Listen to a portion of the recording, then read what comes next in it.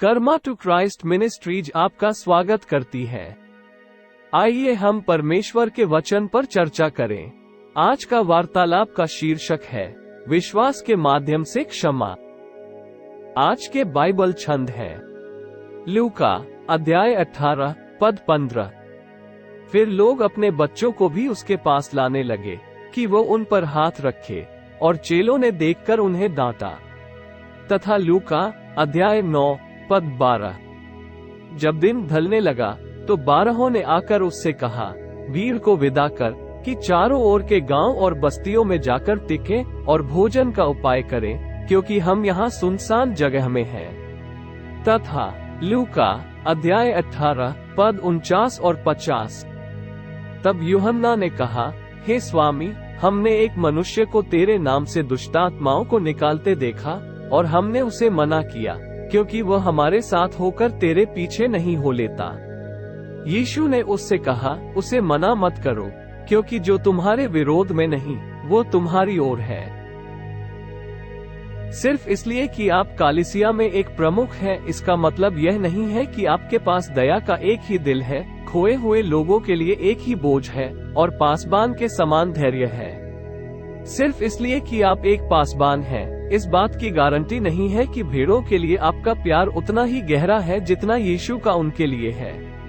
हमें सावधान रहना होगा कि ईश्वर ने हमें जो अधिकार दिया है उसे शैतान के हाथों का साधन न बनने दें।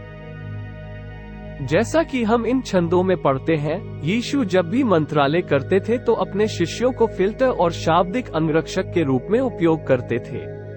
यह महत्वपूर्ण था क्योंकि लोग यीशु के पास जाने के लिए और उन्हें छूकर ठीक होने या अपना चमत्कार प्राप्त करने के लिए चरम सीमा तक जाते थे।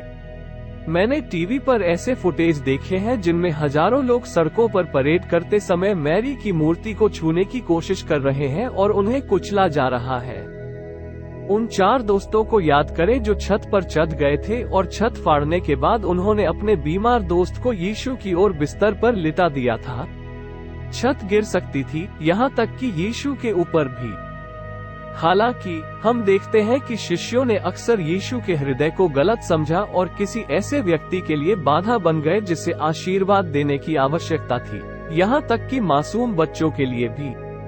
कभी कभी हम किसी से आशीर्वाद प्राप्त करने के लिए प्रार्थना करने से इनकार कर देते हैं, क्योंकि हम जानते हैं कि वे यीशु को नहीं बल्कि खुद को या अपनी मूर्तियों को महिमा देंगे, या जब उनकी गंभीर समस्याएं गायब हो जाएंगी तो वे अपने विद्रोह में आगे भी जारी रहेंगे। हमने व्यक्तिगत रूप से कई हिंदुओं के लिए प्रार्थना की है जिन्होंने अपना चमत्कार प्राप्त किया है और कभी भी मसीह के सामने आत्मसमर्पण नहीं किया है। हालांकि हमारे हाथ उनके खून से मुक्त हैं, क्योंकि हम उन उपहारों का उपयोग करते हैं जो परमेश्वर ने हमें जरूरतमंद लोगों की मदद के लिए दिए हैं। भले ही अन्य विश्वासी बिल्कुल वैसे काम नहीं कर रहे थे जैसे वे कर रहे थे या उनके समूह का हिस्सा नहीं थे, मसीह के शिष्यों ने उन्हें डांटने की कोशिश की और उन्हें दानव को बाहर निकालने से रोका।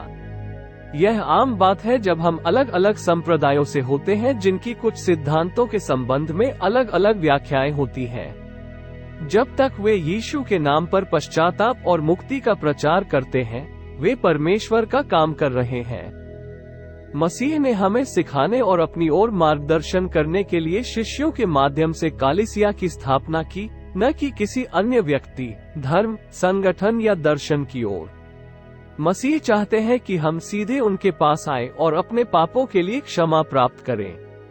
मेरे जैसे पासबान सिर्फ आपकी मदद करने, आपको प्रोत्साहित करने, आपको चेतावनी देने, आपके साथ प्रार्थना करने और उनके साथ चलने में आपके किसी भी संदेह को दूर करने के लिए यहाँ है। आप झूठे धर्म को तब पहचानते हैं जब कोई आध्यात्मिक नेता आपको ईश्वर से सीधे संवाद करने से रोकता है या यीशु की जगह लेकर मध्यस्थ बनने की कोशिश करता है। आइए प्रार्थना करते हैं। स्वर्गीय पिता, आप यहोवा सिकेनु हैं, वह प्रभु जो हमारी धार्मिकता है। यहोवा असबाहोत, सेनाओं का स्वामी है, और यहोवा मेकादिशकेम, वो प्रभु है जो पवित्र करता है। धन्यवाद पिता, आपके दयालु हृदय के लिए, और जो कोई भी आपके पास आता है उसे अस्वीकार नहीं किया जाता है।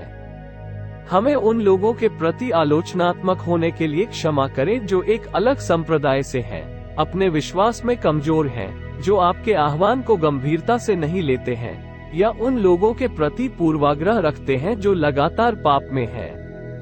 आइए हम उन शिष्यों की तरह न बने जिन्होंने 5000 लोगों को भोजन खिलाना लगभग बंद कर दिया। हम घोषणा करते हैं कि आप कलीसिया, हमारे समुदाय और हमारे राष्ट्र में जो काम करना चाहते हैं उसमें हम अब बाधा नहीं बनेंगे। हम घोषणा करते हैं कि अब से भेड़ों के प्रति हमारी करुणा हमें उन्हें आजाद करने और यीशु के करीब लाने की शक्ति देगी। हम यीशु के शक्तिशाली नाम में मांगते हैं, आमीन।